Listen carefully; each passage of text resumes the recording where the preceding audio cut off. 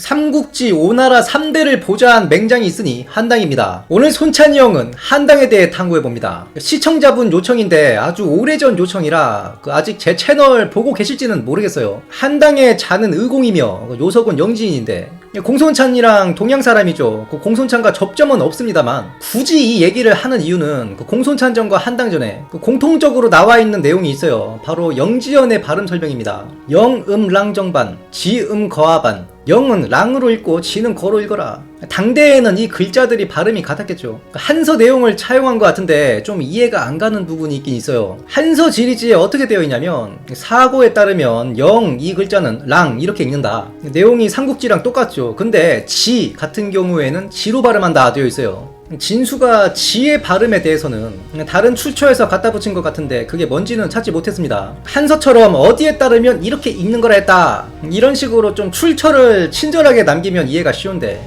진수의 삼국지는 그냥 이렇게 읽는다 되어 있습니다. 이런 건 사실 재미없죠. 흥미 포인트는 따로 있어요. 한당이 동양 사람 공손찬이랑 만날 뻔했습니다. 북공배곡과 이문우, 한수 등이 양주에서 난을 일으켰을 때 장원을 총대장으로 밑에 동탁, 주신, 손견이 참전하죠. 이때 한당도 손견 밑에서 참전한 걸로 추정됩니다. 장원이 공손찬한테 돌격기병 3,000을 징발해서 지휘권을 맡기로 했죠.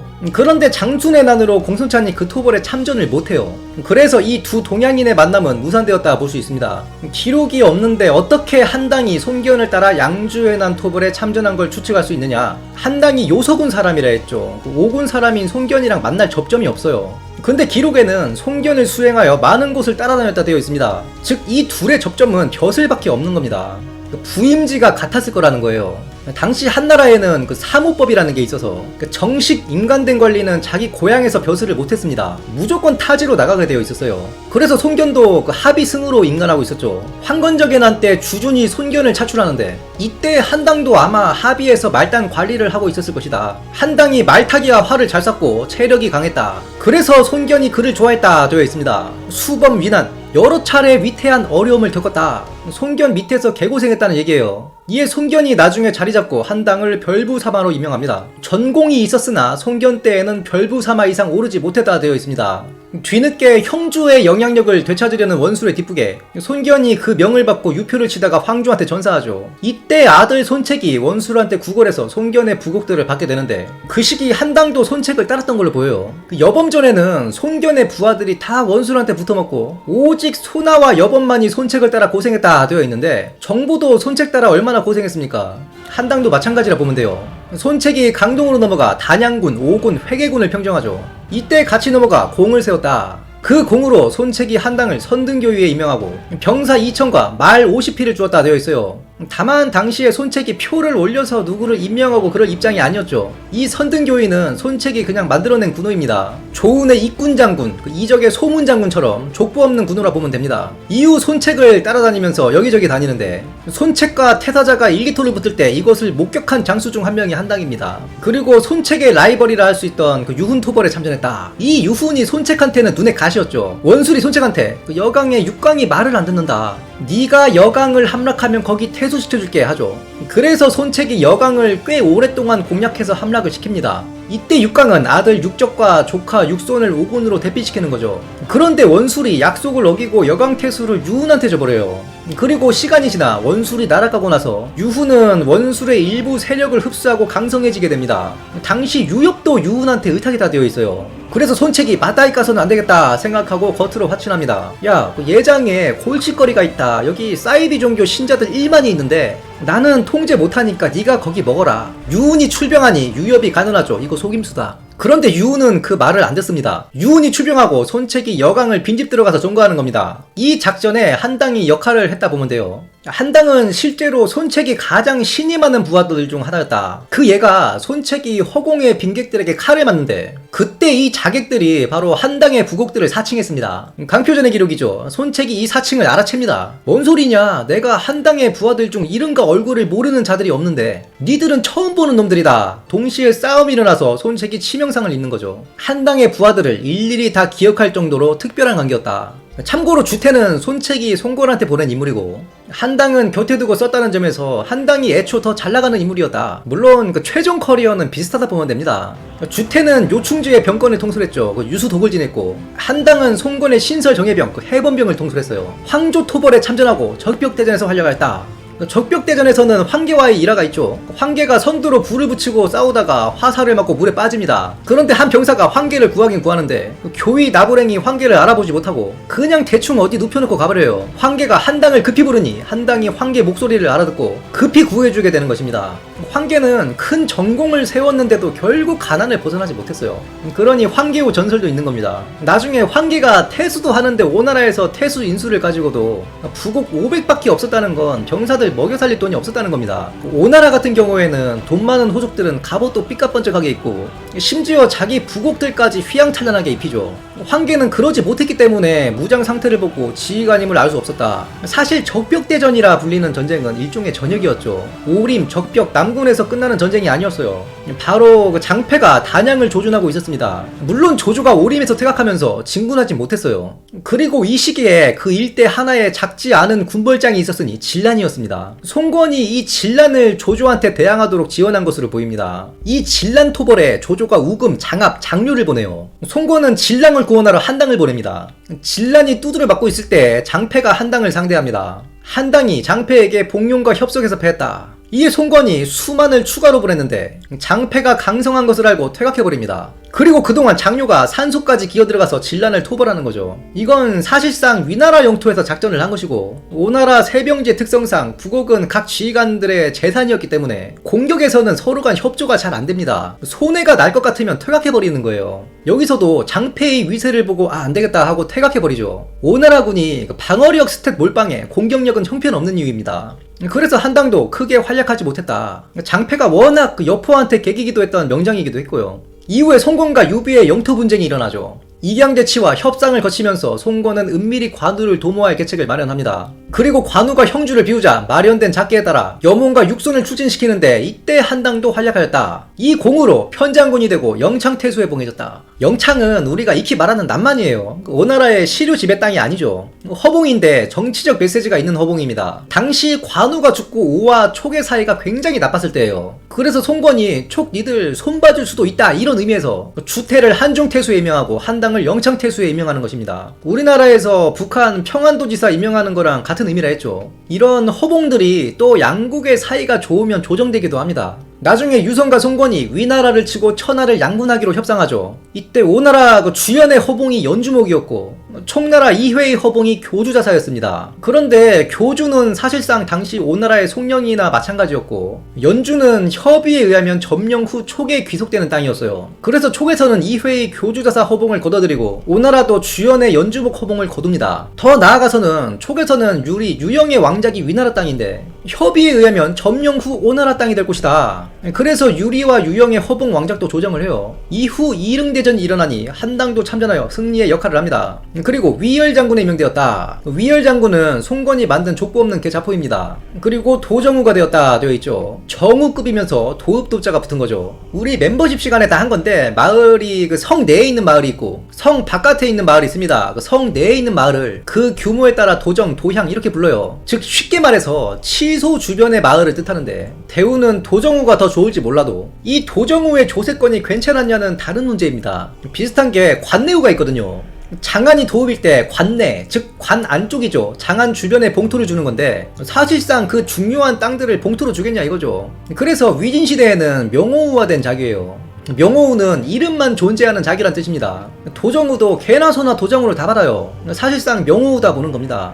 그러니까 정후건, 향후건, 현후건 뒤에 고을 이름 붙은 자기가 찐이란 얘기예요. 그마저도 시료 지배 땅이 아니면 허봉이죠. 이릉대전 이후에 하우상이 남하할 때 남군을 방어하였다. 한당이 송견 시절부터 굵직한 전투는 거진 다 참전했다 보면 됩니다. 이후 소무장군에 임명되었다. 그 소무장군은 자포긴 한데 족보 있는 장군직입니다. 위나라에서도 제갈탄이 거쳐가기도 했죠. 그리고 이때 광군태수에 임명되는데 이건 허봉이에요. 광군은 남양에 있으니 오나라 시류지배 땅이 아니죠. 촉이랑 관계를 다시 회복하면서 촉의 시류지배와 연관이 있는 영창태수를 물리고 위나라가 시류지배하고 있던 관군을 관으로 내린 겁니다. 왜 그렇게 볼 수 있냐면 223년에 유비가 죽고 바로 등지가 오나라로 가요. 다시 관계를 회복하죠. 한당이 태수 허봉을 옮기는 게 바로 그 해입니다. 반대로 위나라가 오를 공격했기 때문에 위나라한테 정치적 메시지를 던지는 용도의 허봉으로도 볼 수 있는 겁니다. 그런데 한 가지 풀리지 않는 수수께끼가 하나 있는데 한당이 이때 자귀를 석성후를 받습니다. 그런데 당시 석성이라는 지명이 꽤 많습니다. 그냥 돌로 쌓아놨으면 석성으로 불렸어요. 이건 저는 두 가지 중 하나로 생각을 하는데, 첫째로는 건업성이 당시 석두성이라고 불렸죠. 줄여서 석성이라고 하기도 했습니다. 그 어원은 그 주변에 석성산이 있어서 석성이라 불렀다 하기도 하거든요. 물론 이건 송건이 성을 쌓고 지은 이름이고 석성이라는 지명이 건업 가까이에 이미 있었어요. 건업, 한나라 때에는 이름이 말릉이었죠. 한나라 왕광이 일찍이 이곳에서 석성호의 자기를 받은 적이 있습니다. 그런데 이 왕광이 광무제의 아들 초왕 유영과 모반을 꾀하다가 들통나서 다 죽고 석성의 후자기는 폐지됩니다. 이걸 송건이 복원해서 한당에게 그 땅의 제후 자기를 주었다. 한당이 도정우를 했기 때문에 허울 좋은 건업 인근 자기를 받았다. 만약 이게 사실이라면 송건은 한당을 상당히 우대하였다. 그런데 이게 좋은 것만은 아니에요. 회사도 보면 본사와 지사의 물리적 거리와 부패 지수는 비례한다는 말이 있어요. 그래서 지사가 멀수록 보고해야 되는 페이퍼워크가 많은 겁니다. 즉 이 부패 지수라는 것은 자율성하고도 연관이 있죠. 수도 가까운 자기를 받아서는 뭐 해먹을 게 없어요. 당시 송건이 필요에 따라 강하, 시상, 건업, 오를 왔다 갔다 했죠. 그리고 건업은 송건이 자리를 비웠을 때에도 항상 송건의 근거지였어요. 나중에 무창을 도읍으로 하여 황제에 오르고 또 바로 건업으로 복귀하지 않습니까? 이런 관점에서 한나라 때 석성우와 오나라 때 석성우는 천지차이입니다. 오나라 수도 건업 인근의 석성우가 제대로 된 조세권이 있었는지도 미지수예요. 한나라도 수도 인근은 다른 주들과 다르게 사회교위부를 두어서 별도로 통치를 했습니다. 이 사회교위는 항상 조정에 입주해서 일을 봤어요. 그래서 사회교위가 상석이냐 구경이 상석이냐 이런 게 문제됐던 겁니다. 참고로 공식 석상에서는 구경이 상석이나 국문 밖에서는 사회교위가 상석이라 되어 있습니다. 예법이 그렇게 되어 있어요. 그래서 나중에 부연이 사회교위 시절에 황후의 장례식에서 자기 자리가 구경 밑으로 되어 있는 거 보고 상서한테 따지고 깽판치죠. 이건 어디 나라 법도냐. 그래서 장례식에서 깽판친 그 일로 부연이 면직된 일이 있었습니다. 그리고 두 번째 가능성은 한당이 요서 사람이죠. 요서에 석성현이 있어요. 통일국가 기준이긴 한데 보통 자귀를 주면 고향의 땅을 봉토로 주는 경우가 많았습니다. 금이 환영하라는 뜻이겠죠. 그래서 고향 인근의 땅을 허봉으로 주었다 추측할 수도 있겠죠. 뭐 중요한 건 아닙니다만 한 가지 확실한 건 한당이 결국엔 제대로 된 봉토를 받지 못했으니 강력한 가문으로 족벌화되지 못했다는 거예요. 한당은 감사군과 해번병 1만을 통솔하여 단양을 털었다. 해번병은 송건이 이릉대전을 앞두고 보병이 부족하다 하여 호종에게 명해서 징집한 번뇌를 해결해줄 병사라는 뜻을 가지고 있죠. 감사군은 송건 직속부대에 대충 이름을 갖다 붙인 걸로 보여요. 사기에 감사사라는 말이 나오거든요. 죽음을 감수하는 병사들이다. 좋은 뜻이죠. 여기서도 알 수 있죠. 한당은 송건의 직속부대만 이끌었다. 오나라 세병제 하에서 사실상 자기 사병이 없는 거죠. 한당은 송건이 제위에 오르기 전에 죽습니다. 조금 더 살았으면 더욱 영예로운 자리에 올랐을 가능성이 높아요. 다만 한당이 자치통감에서는 227년의 기사에 사망했다 기록되어 있는데 저는 이건 자치통감에 오르라고 봐요. 한당전에 보면 송건이 강하로 추병할 때 한종에게 무창을 지키도록 하였다 되어 있습니다. 이게 한당과 한종의 오기일 수가 없는 게 한종에게 무창을 지키게 한 이유가 나와요. 한종이 상이 있어 출정 안 시키고 무창에 남겼다는 것입니다. 이때 이미 한당이 죽었다는 뜻이죠. 그럼 송건이 강화로 출병하여 석양을 포위한 게 언제냐? 황무 5년, 즉 226년이에요. 5주 전의 기록인데 장무 5년, 즉 226년 가을 7월에 송건이 조비가 죽었다는 보고를 받고 강화로 출병하여 석양을 포위했다. 이기지 못하고 돌아왔다. 이게 무슨 전투냐면 조예가 방구석에서 문빙의 승리를 예측한 그 전투입니다. 즉 한당의 몰려는 226년이 맞다는 거예요. 암튼 한당이 병사하고 송건은 그 군권과 자리를 아들 한종에게 물려줍니다. 한종이 위나라에 투항하죠. 그냥 투항하는 게 아닙니다. 모반을 꾀하는 척하면서 부하들에게 연루를 두려워하게 하고 자신의 집안 사람들을 자기 부하들과 결혼시킵니다. 그러면 이제 연루에서 자유로울 수가 없죠. 이때 부친 한당의 시신을 들고 위나라로 투항했다 되어 있어요. 그런데 이건 생각을 해봐야 됩니다. 송건의 중앙 집권화 일환이기도 한데 송건의 중신들이 대부분 그 다음 때의 말로가 안 좋아요. 주유 같은 경우에도 그 병권이 다음 때에 이어지지 않죠. 주유는 어떻게 됐습니까? 폐서인데요, 쫓겨났습니다. 반장의 아들 반평 역시 쫓겨났어요. 그리고 한종 역시 송건의 미움을 산 것으로 보입니다. 이 셋의 공통된 기록이 있어요. 행실이 바르지 않다. 이건 송건이 세병제의 원칙을 무시하고 호족 가문의 병권 이양에 적극 관여했다는 정황이 보이는 겁니다. 한종이 위나라에서 그냥 잘 먹고 잘 산 게 아니라 시도 때도 없이 오나라 병경을 약탈했다 되어 있습니다. 송건이 한종을 생각할 때마다 대노했다 되어 있어요. 뭔가의 원한 관계 냄새가 확 나죠. 보통 항장을 도망온 나라 국경에 배치하는 건 일반적이지 않습니다. 위나라에서 황건 같은 경우에도 대촉전선에 두지 않았죠. 이건 고향을 그리워하여 다시 배반할 여지가 있기 때문이에요. 그런데 원한이 있거나 버림받은 경우, 이때는 정치적으로 적극 활용할 만하죠. 촉에서 투항한 위나라 하오페를 강유랑 같이 대위전선 전방에 내보낸 것도 그 이유입니다. 즉 한종은 송건한테 서운한 대우를 받았거나 원한이 생겼다 봐야 돼요. 심지어 송건이 죽고 나서 한종이 동응제 전투에 선봉으로 섭니다. 동응제 전투는 사마사와 제갈각의 라이벌 대결이었고 제갈각의 승리로 끝나죠. 이때 제갈각이 한종을 배워요. 그리고 한종의 머리를 송건의 사당에 바쳤다. 부자는 망해도 3대를 간다 하지만 권력은 화무시비롱이라 하죠. 이건 돈은 거짓말을 하지 않지만 사람은 거짓말을 하기 때문입니다. 부자간 권력 이양에 몇 안 되는 성공적인 모델이라 할 수 있는 육황과 제갈각조차, 제갈각은 숙청되어 그 시신도 강물에 버려져 못 건질 뻔하고 육황 역시 그 다음 때에서 그 가문이 멸족당하게 됩니다. 오늘도 평화로운 역경로에서 오침 중인 손찬이 형을 전예가 깨우며 이르기를 한당의 통무지정매를 논해보시오. 이에 손찬이 형이 주섬주섬 일어나 답하니 한당은 송견 때부터 크고 작은 전투에 참전하였으니 특히 손책을 따라 강동을 평정하였으며 송건 때에도 적벽대전, 형주탈환, 이릉대전에서 공을 세웠어 결국 그 능력을 인정받아 송건의 직속부대와 해번병 1만을 통솔하였으며 자신의 부장들과 병사들을 한마음이 되도록 통솔했다 기록되어 있어. 통솔은 90을 주도록 하겠어. 그러면 무력은 어떻소? 한당은 활과 말을 잘 다뤘고 체력이 좋았다 되어 있어. 쓰러진 황계를 구한 정황을 봐도 그가 적진에서 직접 싸운 장수라 볼 수 있어. 그의 짧은 열전 기록이 대부분 전투의 공으로 나열되어 있으니 용맹한 장수라 할 수 있어. 그의 무력은 89를 주도록 하겠어. 그러면 지력은 어떻소? 한당의 전공은 대부분 지략가들의 지휘를 받아 세워진 것이다. 말년에 그가 해번병을 이끌고 단양을 토벌한 기록이 있어. 단양은 토벌이 어려워 제갈각이 토벌할 때에도 모두가 토벌이 불가능할 것이라 여겼던 곳이요. 관군이 들이치면 골짜기에 숨고 돌아가면 다시 나와 약탈을 해대며 그 기질이 사납고 싸움을 잘하는 단양의 도적들을 지략 없이 토벌하기는 어려웠을 것이요. 그래서 제갈각도 단양을 토벌할 때 화전양면의 계략으로 잠재운 것이요. 이에 그의 지력은 68을 주도록 하겠소. 그러면 정치는 어떻소? 그는 무인이었으나 상급자를 존중하고 규율을 잘 지켰다 되어 있어.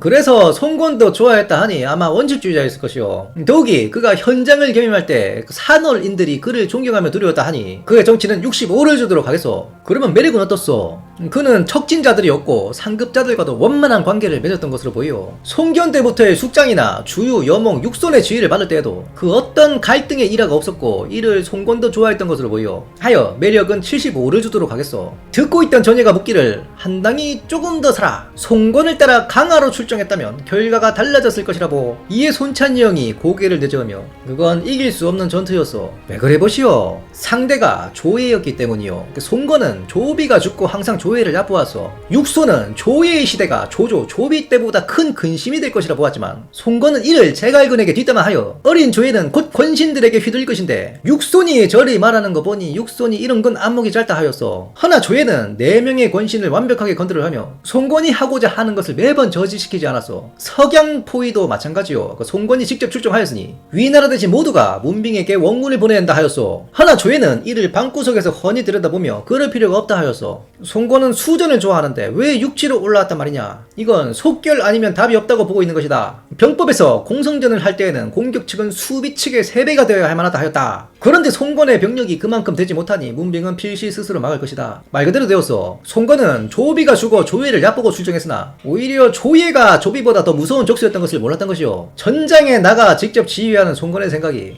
저 멀리 낙양의 방구석에 들어앉아있는 조예에게 읽혔는데 어찌 용맹한 장수 하나가 더 낀다고 결과가 바뀔 수 있겠어. 이에 전예가 불화를 탁 치며 나가니 손찬이 형은 다시 오침을 청하였다. 지금까지 오나라 3대를 보좌한 중신 한당에 대해 탐구해보았습니다. 영상이 유익하셨다면 구독, 좋아요, 알림 설정, 하이프 부탁드리며 다음 시간에도 풍성한 내용으로 찾아뵙겠습니다. 감사합니다.